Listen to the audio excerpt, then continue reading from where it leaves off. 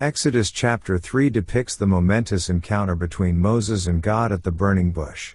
As Moses tends to his father-in-law's flock, he notices a bush ablaze but not consumed by the fire. God speaks to Moses from the midst of the burning bush, revealing himself as the God of their ancestors. God expresses his awareness of the Israelites' suffering in Egypt and his plan to deliver them from bondage. He appoints Moses as the chosen leader to lead the Israelites out of Egypt, assuring him of his presence and promising to perform miraculous signs to authenticate his mission. In this chapter, Moses expresses his concerns about his credibility and questions what to say when the Israelites inquire about God's name. God responds by revealing his name as I am who I am, asserting his eternal and self-existing nature. He provides Moses with signs and wonders to demonstrate his power and assures him that the elders of Israel will listen to him. Through this encounter, God establishes Moses as the instrument of deliverance and sets in motion the events that will lead to the liberation of the Israelites from slavery. Let's now read Exodus chapter 3. Now Moses kept the flock of Jethro his father-in-law, the priest of Midian, and he led the flock to the backside of the desert, and came to the mountain of God, even to Horeb. And the angel of the Lord appeared unto him in a flame of fire out of the midst of a bush, and he looked, and, behold, the bush burned with fire, and the bush was not consumed. And Moses said, I will now turn aside, and see this great sight, why the bush is not burnt. And when the Lord saw that he turned aside to see, God called unto him out of the midst of the bush, and said, Moses, Moses. And he said, Here am I. And he said, Draw not nigh hither, put off thy shoes from off thy feet, for the place whereon thou standest is holy ground. Moreover he said, I am the God of thy father, the God of Abraham, the God of Isaac, and the God of Jacob. And Moses hid his face, for he was afraid to look upon God.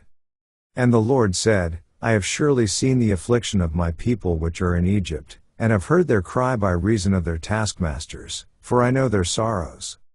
And I am come down to deliver them out of the hand of the Egyptians, and to bring them up out of that land unto a good land and a large, unto a land flowing with milk and honey, unto the place of the Canaanites, and the Hittites, and the Amorites, and the Perizzites, and the Hivites, and the Jebusites. Now therefore, behold, the cry of the children of Israel is come unto me, and I have also seen the oppression wherewith the Egyptians oppress them. Come now therefore, and I will send thee unto Pharaoh, that thou mayest bring forth my people the children of Israel out of Egypt. And Moses said unto God, Who am I, that I should go unto Pharaoh, and that I should bring forth the children of Israel out of Egypt?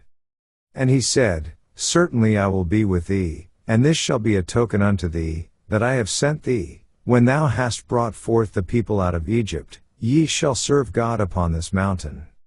And Moses said unto God, Behold, when I come unto the children of Israel, and shall say unto them, The God of your fathers hath sent me unto you, and they shall say to me, What is his name?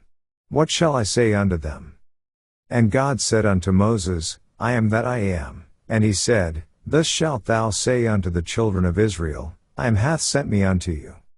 And God said moreover unto Moses, Thus shalt thou say unto the children of Israel, The Lord God of your fathers, the God of Abraham, the God of Isaac, and the God of Jacob, hath sent me unto you. This is my name forever, and this is my memorial unto all generations. Go, and gather the elders of Israel together, and say unto them, The Lord God of your fathers, the God of Abraham, of Isaac, and of Jacob, appeared unto me, saying, I have surely visited you, and seen that which is done to you in Egypt.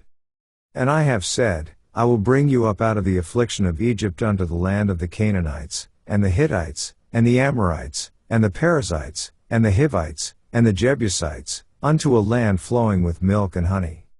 And they shall hearken to thy voice, and thou shalt come, thou and the elders of Israel, unto the king of Egypt, and ye shall say unto him, The Lord God of the Hebrews hath met with us, and now let us go, we beseech thee, 3 days' journey into the wilderness, that we may sacrifice to the Lord our God. And I am sure that the king of Egypt will not let you go, no, not by a mighty hand. And I will stretch out my hand, and smite Egypt with all my wonders which I will do in the midst thereof, and after that he will let you go. And I will give this people favor in the sight of the Egyptians, and it shall come to pass, that, when ye go, ye shall not go empty. But every woman shall borrow of her neighbor, and of her that sojourneth in her house, jewels of silver, and jewels of gold, and raiment, and ye shall put them upon your sons, and upon your daughters, and ye shall spoil the Egyptians. This ends our reading of Exodus chapter 3.